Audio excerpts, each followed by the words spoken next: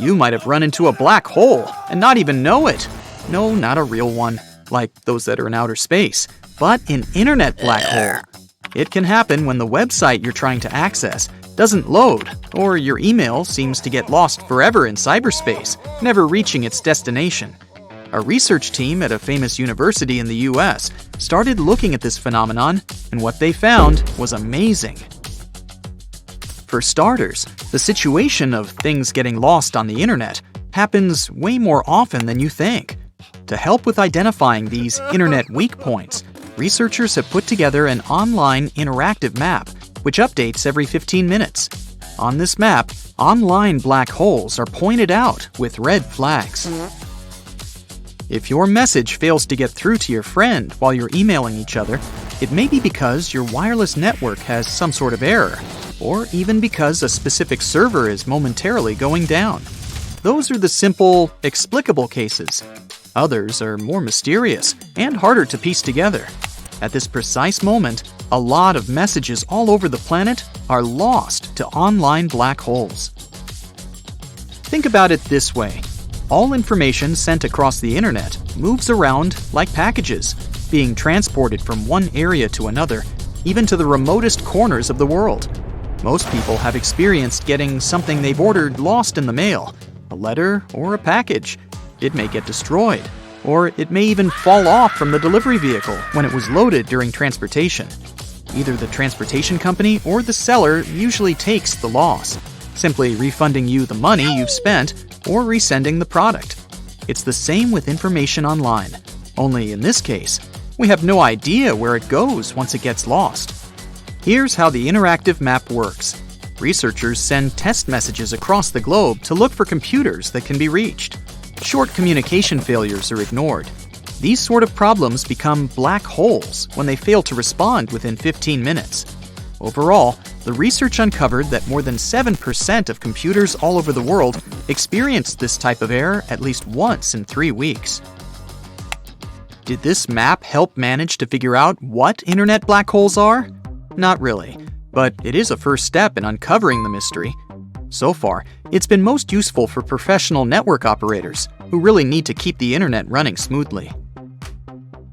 Another one of those internet sensations was that of the story of the most mysterious song on the internet. And it goes back to 2007, when a person posted a clip of a song on a Canadian radio station fan site. The same comment stated that the song was recorded from a German radio station some time back, but had no idea who the singer was, or how old the song may have been. The tune itself didn't help much either. It had a simple beat, monotone vocals, and sounded very similar to most 80s hits. It sounded familiar, but at the same time, it was really hard to pinpoint where it might have come from. The information about this song spread like wildfire on the internet, but at one point, no one knew who wrote it, who sang it, or even when it might have come out.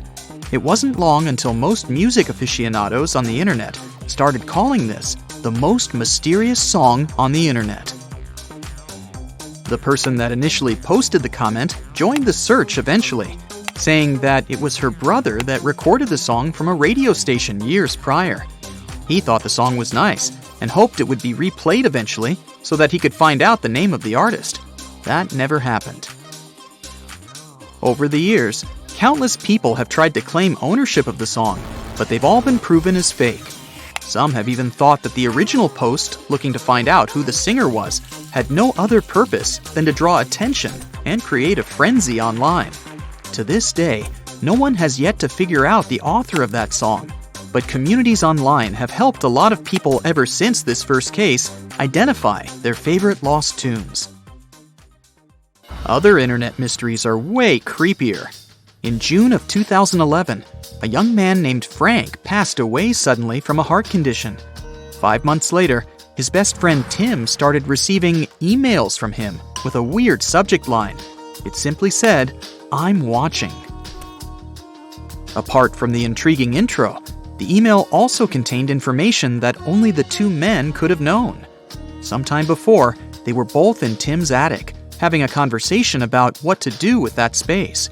As far as Tim knew, no one else heard that conversation. Weirdly enough, The email urged Tim to start cleaning up his attic so he could finally use it. His best friend wasn't the only one that received emails from the beyond. Frank's cousin also received a message from him, talking about a broken ankle. Surprisingly, his cousin really had injured his leg a week prior to receiving the email. To this day, no one knows who sent those emails. As far as his friends and family know, nobody had access to Frank's computer or passwords. Most of them didn't believe his account might have been hacked either. If you're a fan of internet unsolved cases, you've surely heard of the name John Titor. It all started back in 2000, when a user under this name started posting information on the internet one day, claiming he was a time traveler. He claimed to be from the future, and went on to make some predictions about the future. For starters, John Titor said that he was a soldier that came all the way from the year 2036. In this specific year, apparently a computer virus had already destroyed the world. The reason why he came back was to retrieve a 1975 IBM computer, which was crucial for saving the world from the virus. Technically, he didn't need to travel to the 2000s, but he made a short detour because he wanted to visit his 3-year-old self. Over the course of a couple of months, this user answered every question people threw at him, describing the future in a very cryptic manner. He always made sure to add a disclaimer to the information he provided, stating that alternate realities do exist, so his rendition of the future might not be the one bound to happen. The most obvious question people asked was, how did Titor manage to time travel? Throughout his many replies online, he gave people a series of technical specifications on how time travel ends up working in the future. He also provided complex algorithms and even pictures of the machine. The photos were really bad quality though. Will cameras get really bad in the future? Hard to believe. At some point during his online existence, John Titor simply stopped posting. His followers were quick to assume that he might have finished his mission, and that he had to travel back to the future to save humanity. After he disappeared from online forums, a lot of people claimed to know what was behind the story. A journalist was even contacted by 2 different people claiming to be John himself. Both were a tad bit offended they weren't contacted in the first place for an interview. The weirdest of them all is probably the story of a woman claiming she had been John Titor's girlfriend when he traveled back to 1975. Their relationship even produced a boy, which, if you think about it, was technically born before his father. Most of the things John Titor predicted did not happen. So why did his story become so popular? Out of sheer luck, some would say. The internet is filled with all sorts of weird stories, mysteries, and hoaxes. Some of them get enough attention that they get rapidly spread throughout the internet, even if there is no proof. And some people believe they are real. That's it for today. So hey, if you pacified your curiosity, then give the video a like and share it with your friends. Or if you want more, just click on these videos and stay on the bright side.